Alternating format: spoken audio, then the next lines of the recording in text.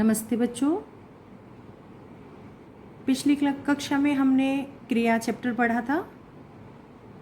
आज हम उसकी एक्सरसाइज करेंगे। एक बार मैं पूरे चैप्टर को दोहरा देती हूँ। क्रिया किसे कहते हैं? जिन शब्दों से किसी कार्य के करने या होने का बोध हो उन्हें क्रिया कहते हैं। जैसे पुस्तक पढ़ रहा है, सो रहा है, दादाजी टहल रहे हैं, तो पढ़ रहा है, सो रहा है, टहल रहे हैं, ये क्रिया शब्द हैं। उसके बाद आता है क्रिया के भेद। क्रिया के दो भेद हैं, कर्म के आधार पर और संरचना के आधार पर। कर्म के आधार पर क्रिया के दो भेद हैं, सकर्मक क्रिया और अकर्मक क्रिया। सकर्मक क्रिया जिसमें कर्म दिया जाता है और अकर्मक क्रिया जिसमें कर्म नहीं होता। तो जैसे सकर्मक क्रिया का उदाहरण है, जैसे राहुल आम खा रहा है, तो कर्म क्या है? इसमें आम जो है कर्म है और जिसमें कर्म दिया जाता है वो सकर्मक क्रिया होती है। फिर है सकर्मक क्रिया के भी दो भेद हैं, जैसे एक कर्मक क्रिया, द्विकर्मक क्रिया। एक कर्मक क्रिया में एक कर्म दिया जाता है और द्विकर्मक क्रिया में दो कर्म दिए जाते हैं।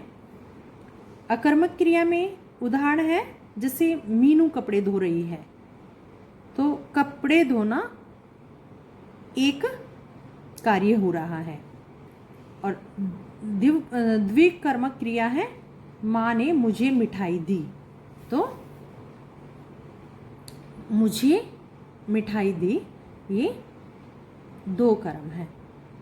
जज ने अपराधी को दंड दिया, अपराधी और दंड दो कर्म है इस वाक्य में, इसलिए यह द्विकर्मक क्रिया है। अब है संरचना के आधार पर क्रिया के भेद। कितने हैं? 5। सामान्य क्रिया, संयुक्त क्रिया, नाम धातु क्रिया, प्रेरणार्थक क्रिया, पूर्वकालिक क्रिया। सामान्य क्रिया में वाक्य में सामान्य रूप से क्रिया का पता चल जाता है, जैसे मैंने आइसक्रीम खाई, खाई जो है क्रिया है। तो ये एक साधारण वाक्य है, जैसे मोहन आगरा गया, तो गया इसमें क्रिया है। तो फिर है संयुक्त क्रिया। संयुक्त क्रिया में क्या होता है?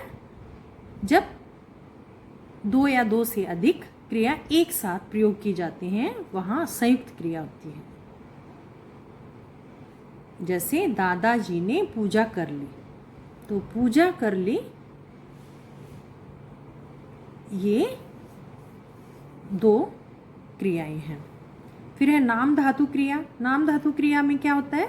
जिन क्रियाओं का निर्माण संज्ञा, स्वरनाम तथा विशेषण शब्दों से होता है, उन्हें नाम धातु क्रिया कहते हैं।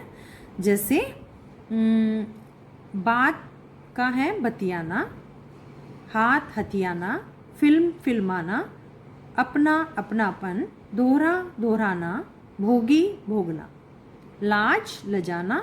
तो इस तरह से अनेक शब्द हैं जो क्रिया नाम धातु में प्रयोग किए जाते हैं। फिर है प्रेरणार्थक क्रिया।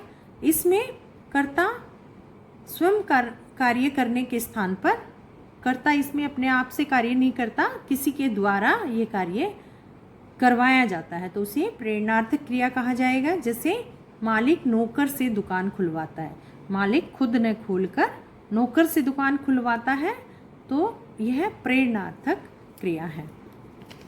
उसके बाद आता है पूर्वकालिक क्रिया। पूर्वकालिक क्रिया में क्या है कि पहले एक काम किया जाता है, उसके बाद दूसरा काम होता है। इसकी परिभाषा है, जिस क्रिया का पूरा होना मुख्य क्रिया से पहले पाया जाए उसे पूर्वकालिक क्रिया कहा जाता है। जैसे पिताजी खाना खाकर, यानी कि खाना खा लिया गया है, फिर दुकान गए हैं, तो पहले एक काम खत्म हो गया है, फिर दूसरा काम किया गया है। फिर है सहायक क्रिया। सहायक क्रिया में मुख्य क्रिया का अर्थ प्रकट करने में सहायता करता है जो, उसे सहायक क्रिया कहते हैं। जैसे माता जी खाना बना रही हैं, तो इसमें मुख्य क्रिया क्या है? बनाना, और सहायक क्रिया क्या है? रही है। तो अब है इसके प्रश्न उत्तर। तो प्रश्न उत्तर है नंबर 1, क्रिया किसे कहते हैं?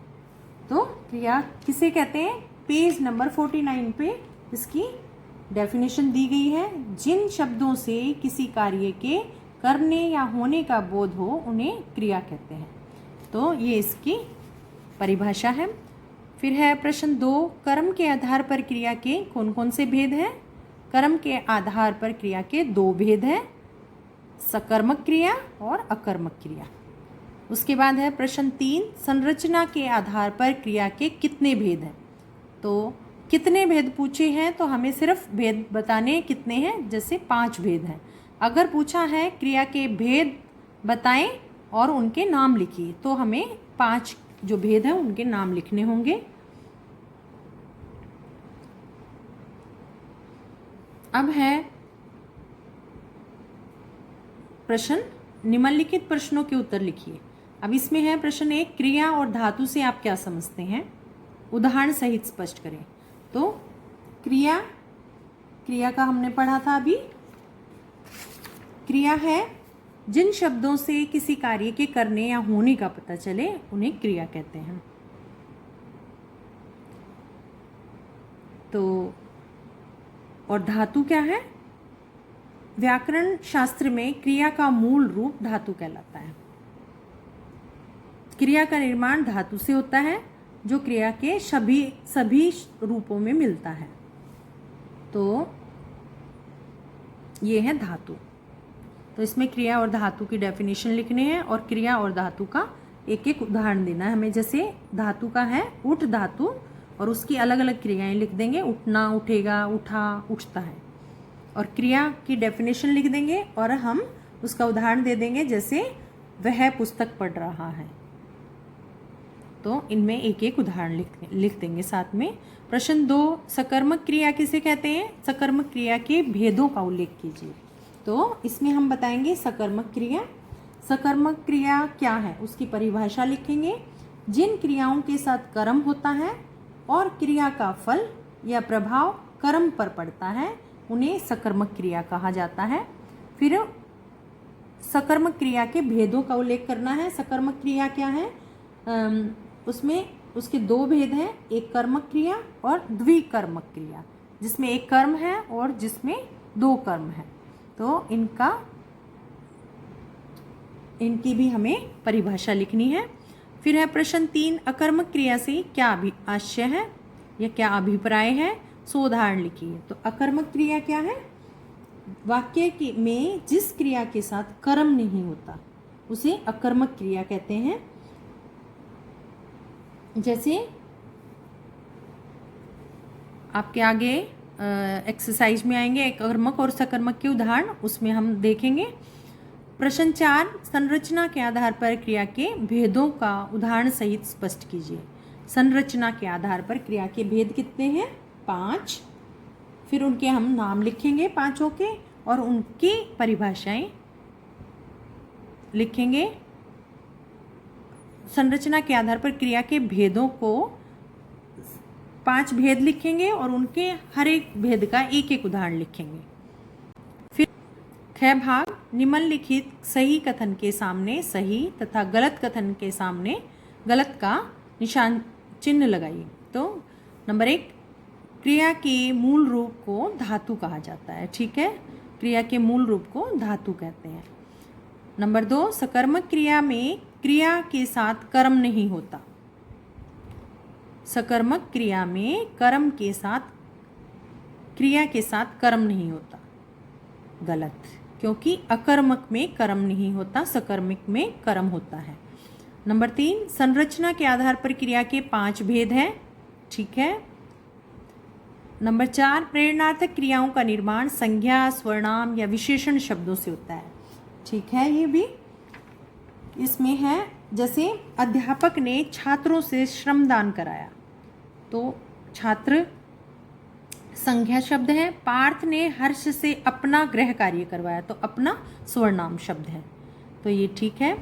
नंबर 5, जिस क्रिया का पूरा होना मुख्य क्रिया से पूर्व पाया जाए उसे पूर्व क्रिया, पूर्वकालिक क्रिया कहते हैं, ठीक है ये भी। अब उसके बाद आता है प्रश्न गए। इसमें है निम्नलिखित वाक्यों में बताइए कि क्रिया सकर्मक है या अकर्मक। अब नंबर 1, वह पढ़ता है, अकर्मक, क्योंकि जैसे वह पुस्तक पढ़ता है, तो पुस्तक अगर लिखा होता तो वह सकर्मक होती, लेकिन इसमें वह पढ़ता है, क्या पढ़ता है वो हमें नहीं पता, तो यह अकर्मक है। नंबर 2, बच्चा खिलौने से खेल रहा है, तो ये सकर्मक है कि खेल रहा है, वो किससे खेल रहा है उसका नाम बताया गया है, खिलौने से खेल रहा है, तो सकर्मक है। अगर इसमें होता बच्चा खेल रहा है तो यह अकर्मक होता। नंबर 3, रमा सोती है, अकर्मक, कब से सो रही है वो हमें नहीं पता, तो यह अकर्मक है। नंबर 4, बिट्टू कंप्यूटर सीख रहा है, बिट्टू सीख रहा है क्या, कंप्यूटर, तो हमें पता है उसमें कंप्यूटर सीख रहा है, तो सकर्मक है। नंबर 5, मोनू बैठा है, कहाँ बैठा है, छत पर बैठा है, नीचे बैठा है, बाहर बैठा है, वो हमें कुछ नहीं पता, इसलिए यह अकर्मक है क्योंकि इसमें कर्म नहीं दिया गया। नंबर 6, अध्यापक ने छात्रों को संबोधित किया, अध्यापक ने छात्रों को संबोधित किया, अध्यापक ने संबोधित किया अकर्मक है, अध्यापक ने छात्रों को संबोधित किया सकर्मक है। उसके बाद नंबर 7 है वह जाएगा, अकर्मक, कहाँ जाएगा, तो इसमें कर्म नहीं दे रखा, तो यह है अकर्मक। उसके बाद आता है प्रश्न घ, निम्नलिखित शब्दों से नाम धातु क्रिया शब्द बनाइए।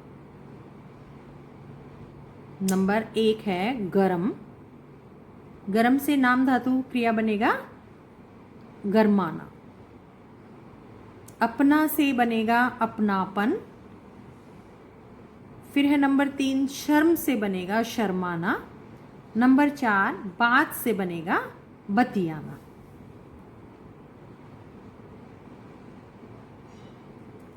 उसके बाद है नेक्स्ट क्वेश्चन, निम्नलिखित वाक्यों में से क्रिया शब्द छांट कर लिखिए।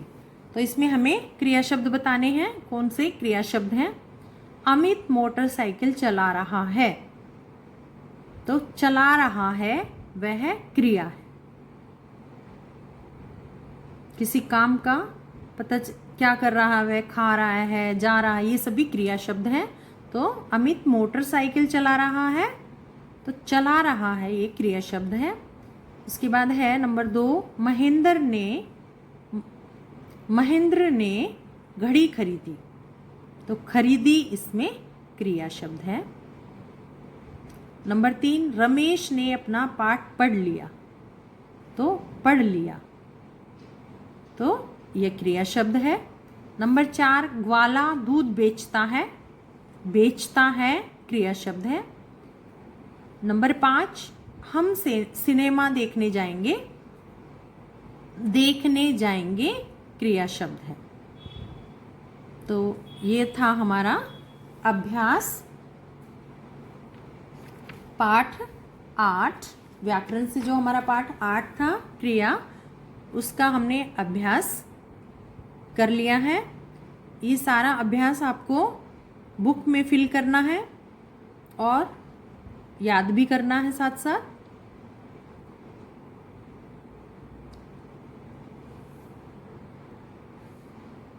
तो अभी हम व्याकरण का ही काम कर रहे हैं, क्योंकि अभी आपके सारे एग्ज़ाम्स ख़त्म नहीं हुए हैं, तो इसमें आपको ज़्यादा बर्डन नहीं होगा, क्योंकि एक्सरसाइज फिल करनी है आपको, रिटर्न वर्क कॉपी में नहीं लिखना।